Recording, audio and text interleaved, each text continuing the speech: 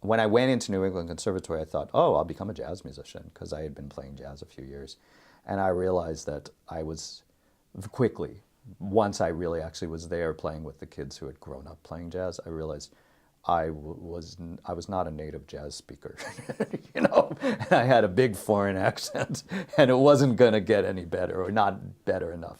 So I was, oh, that wasn't the plan. So, but I remember thinking, oh, well, maybe I'll learn a lot about Jewish music. And so what was going on in 1981, you know, at the New England Conservatory, Hank Snetsky was teaching.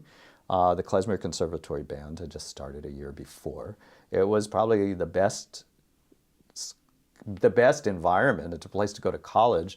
It was like a, you know, Yiddish music conservatory for me.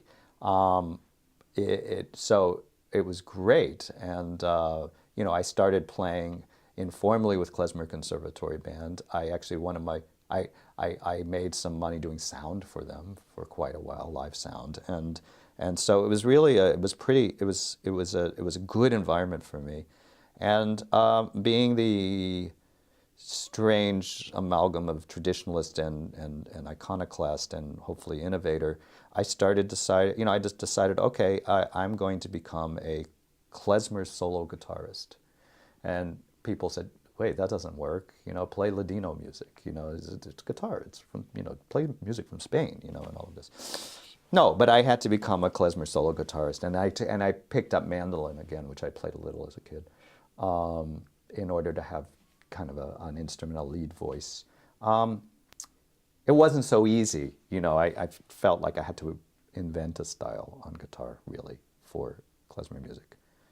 The environment I was in was very good for that. We would listen. I would listen to all different kinds of instruments and transcribe the melodies and get every detail of what these instruments were doing, and then figure out how to play that on the instruments that I actually played.